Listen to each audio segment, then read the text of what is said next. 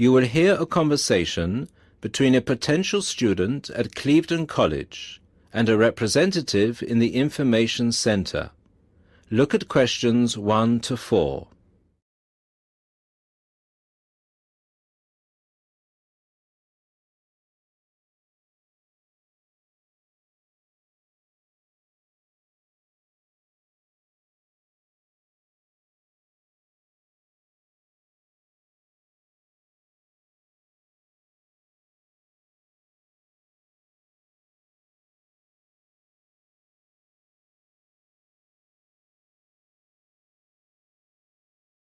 Listen to the first part of the conversation and answer questions 1 to 4. Good morning, Clevedon College. Can I help you? Yes, please. I'd like some information about evening courses this term. Okay. Which subjects are you interested in? 2 subjects, actually. Languages and computer skills. Okay. What languages are you interested in? Actually, I'm not sure. I have to fulfill a language requirement for school, but I haven't really decided what language to study. How many language courses do you run each week? We have 2 every night, from Monday to Friday. I'm sorry, but would you mind going through the schedule for me? Which language on which days? Not at all. Monday to Wednesday are modern European languages, French, Spanish, German, Dutch and Polish. Thursday night we offer ancient languages, Latin and ancient Greek. And on Friday we finish off with the Asian languages of Hindi and Bengali. Monday to Wednesday, modern European. Thursday, ancient languages, and Friday, Asian. Can you spell Bengali, please? Yes, it's B-E-N-G-A-L-I. Great. And how much do the courses cost? Each course costs £25 per person per term. But if you want to do 2 language courses, there's a 10% discount, but only if you book for 2 terms. So the 10% discount is if I take 2 courses for 2 terms. Is that right? Right. Listen to the second part of the conversation and answer questions 5 to 10.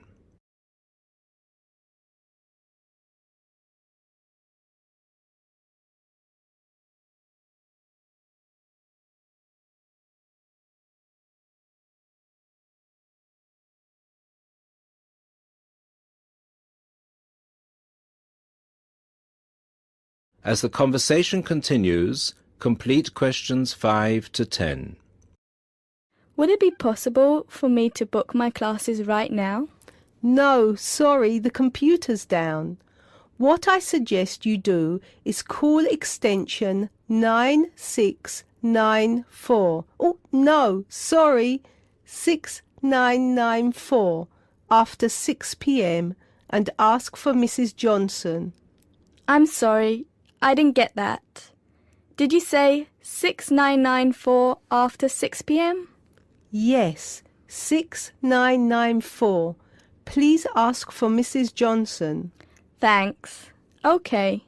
Can we now look at the computer skill courses? Yes, of course. Computer classes always start in the first week of the month. And the way it works is we offer 1 computer class for the entire month. So you might spend 1 month on databases, another month on Excel, and so on.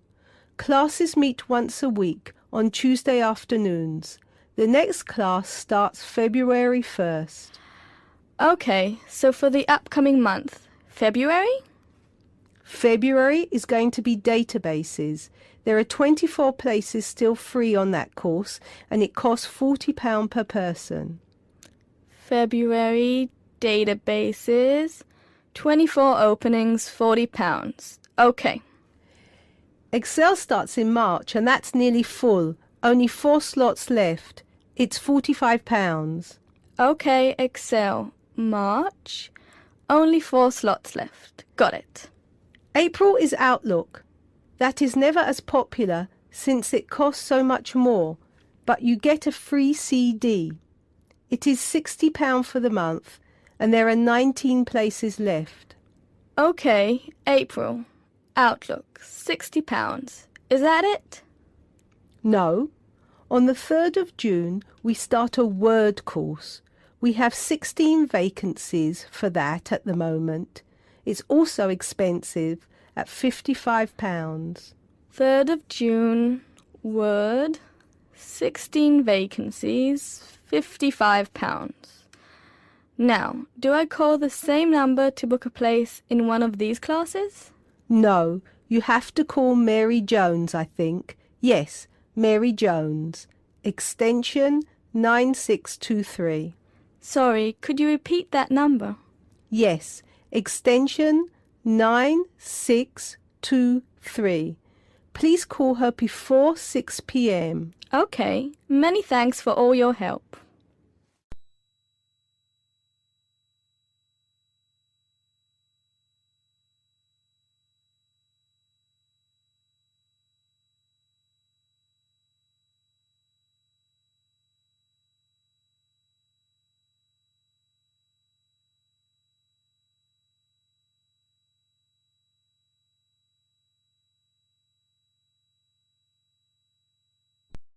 Listening Section 2. You will hear the principal of a university welcoming his students. Look at questions 11 to 17.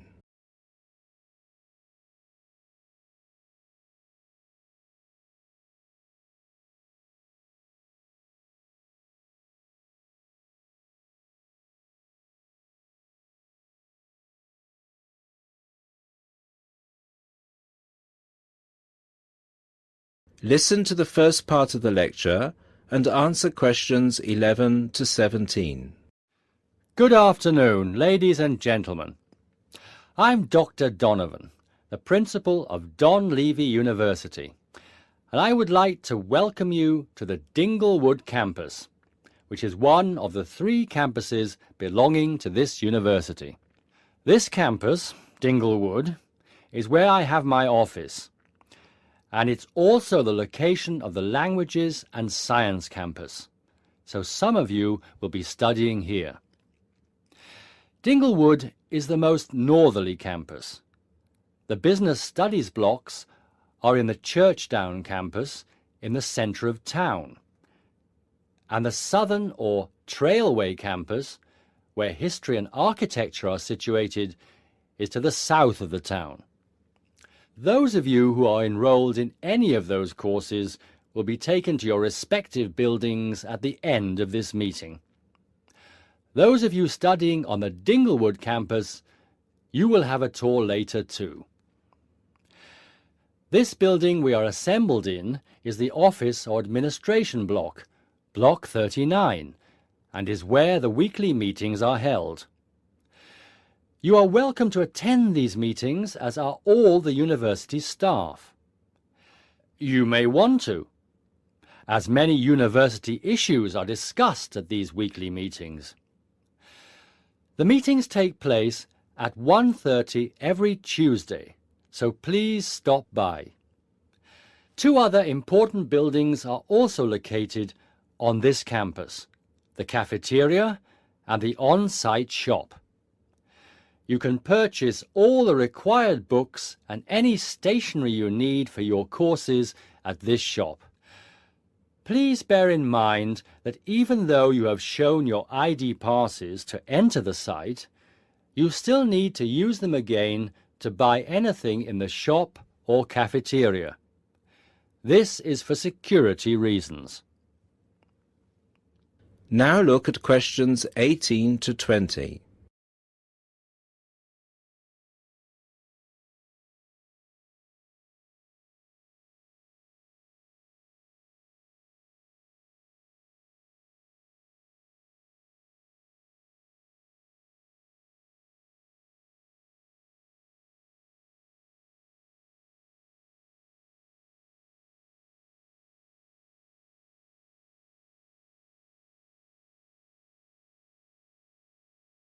As the lecture continues, answer questions 18 to 20.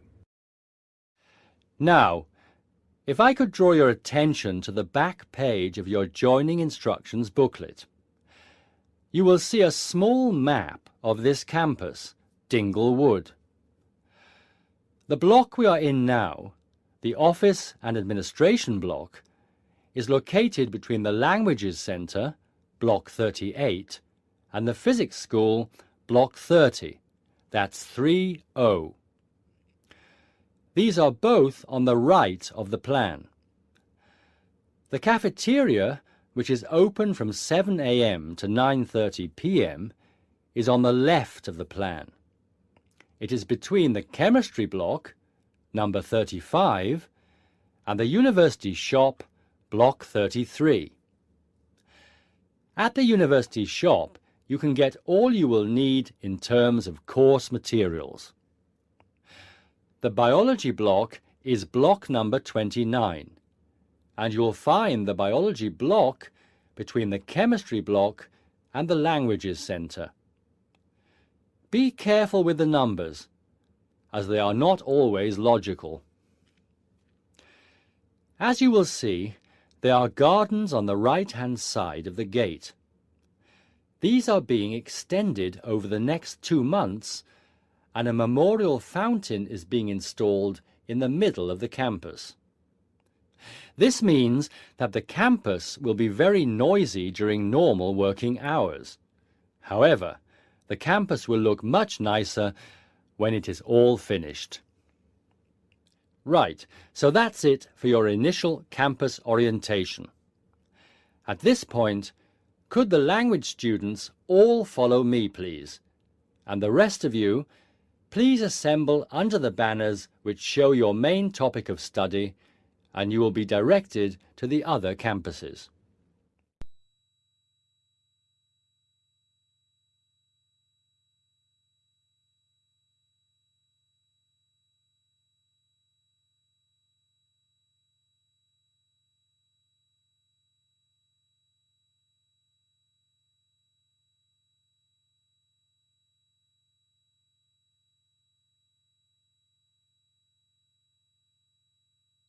Listening section 3.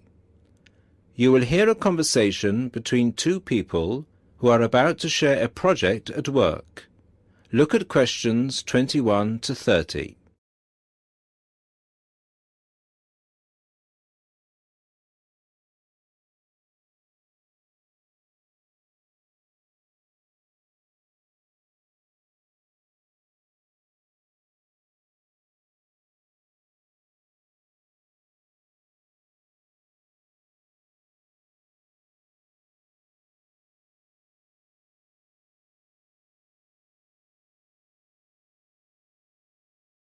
Listen to the conversation and answer questions 21 to 30.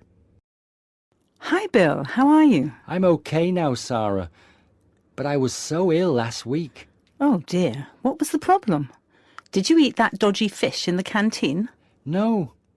At first, I thought it was a cold, but then my head started hurting and my eyes started to go blurry.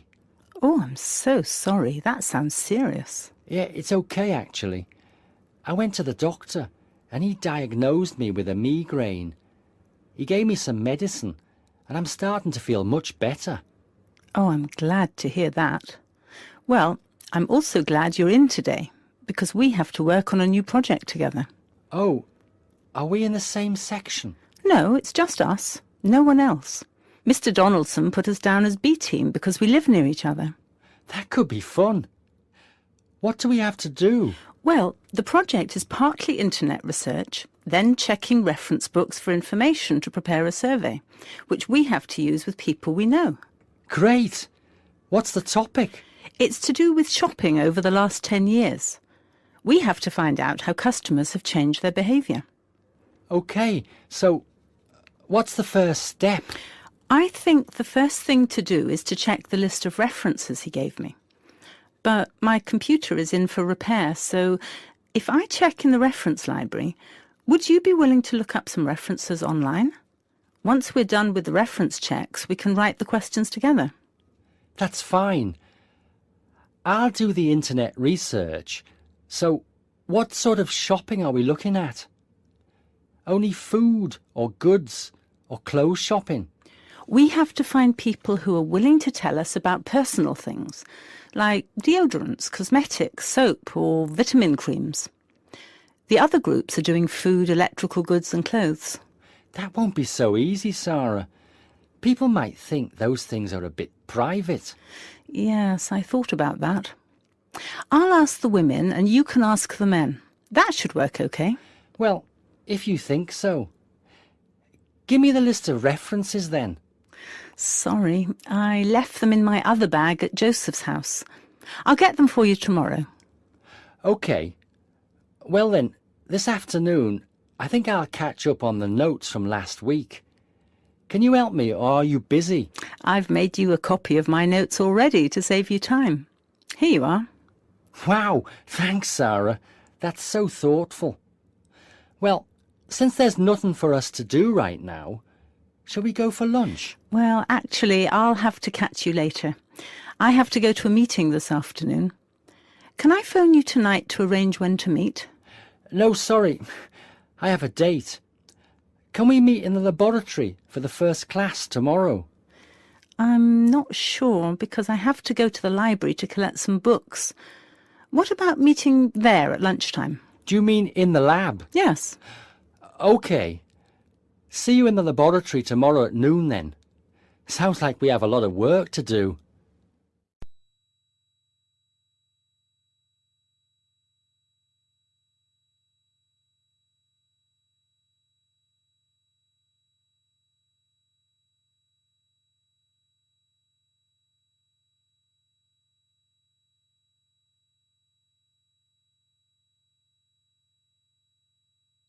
Listening section 4. You will hear someone talking about art. Look at questions 31 to 35.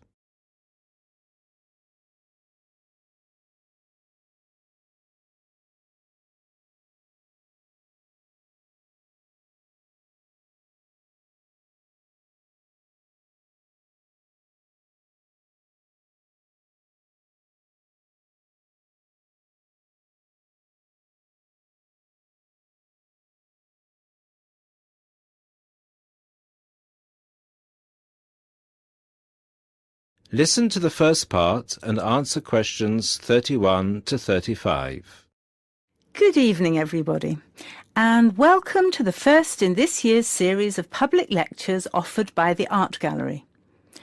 As Chief Curator of the Gallery, I was given the honour of presenting the first lecture, and let me tell you, I had a difficult time deciding what to talk about tonight. Being the curator, I naturally know just about everything that's in this gallery, but I wanted to choose an artist who has a wide appeal. That seems only fair, yes? But I didn't want to talk about someone so well known that anything I said would be familiar. I wanted someone modern. My personal preference is for modern art.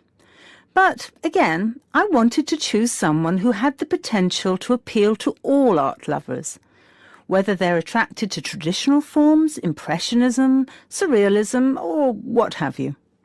So, having spent the last 5 years as a visiting professor in Barcelona, it's not surprising that I finally chose to talk about one of the greatest Catalan artists, one whose work is likely to be familiar to many of you, Joan Miró. Look at this. And this. And this. Ring any bells? Miró's most famous and most widely reproduced works tend to be like this. Bright primary colours with lots of asymmetrical forms. He painted on large canvases, larger than himself quite often, and his paintings depicted birds, trees, flowers, and other features of the natural world. But Miró produced a great variety of work, and it's about some of his lesser-known paintings that I would like to speak this evening. Miró was born in Barcelona in 1893, the son of a goldsmith. He began to show talent very early, and in 1926 went to Paris, where he was drawn to the Surrealists of Montparnasse. He did not define himself as a Surrealist, however. He preferred to stay free to experiment with other artistic styles as he wished. Miro had an intense dislike of much of the painting and many of the painters he knew. He wished to do something totally different, to express his contempt for bourgeois art. And yet, ironically, Miro's success has made his works much in demand among art collectors of the world. But we can't really talk about the artist without looking at his art. And that's what I'd like to do now. To take a look at just a few of Miro's works and think about what it is that makes them special. Special to me, and to a great number of people who flock every day to the Miro Foundation in Barcelona. Now look at questions 36 to 40.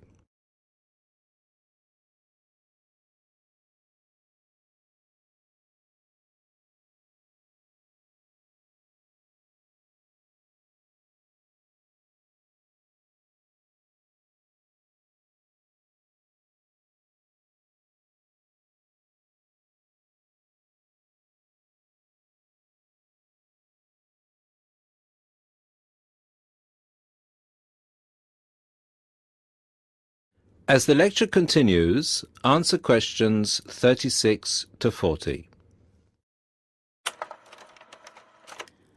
Let's start with this. One of Miro's best-known and brightest works, Woman and Bird. A sculpture created in 1982. It is on display in a park in Barcelona, often known as the Juan Miró Park. A huge sculpture, towering up into the sky. It reflects Miro's eternal interest in these themes, as well as his more technical interest in materials.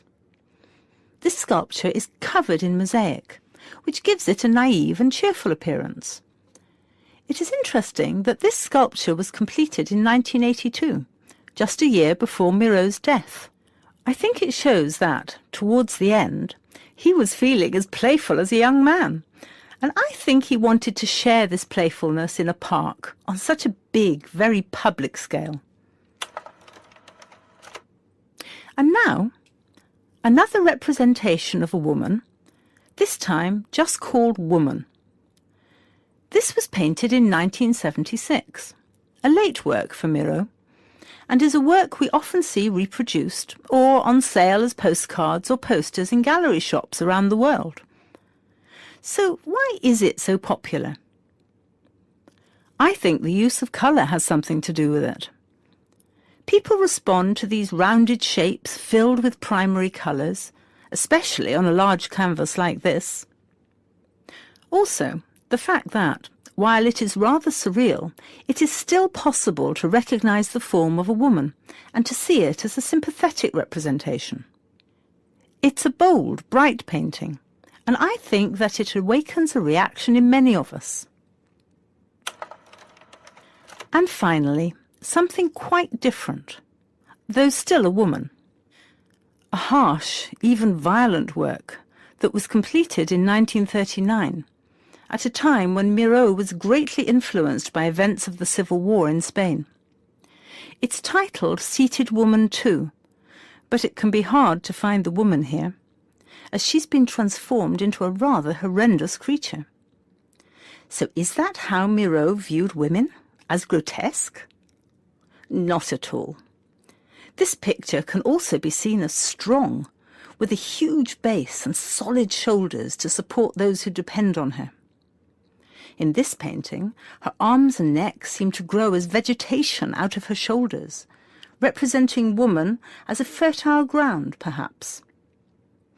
We also see here the fish and birds, the moon and stars so typical of Miro's work, making her a creature of nature and of the heavens as well.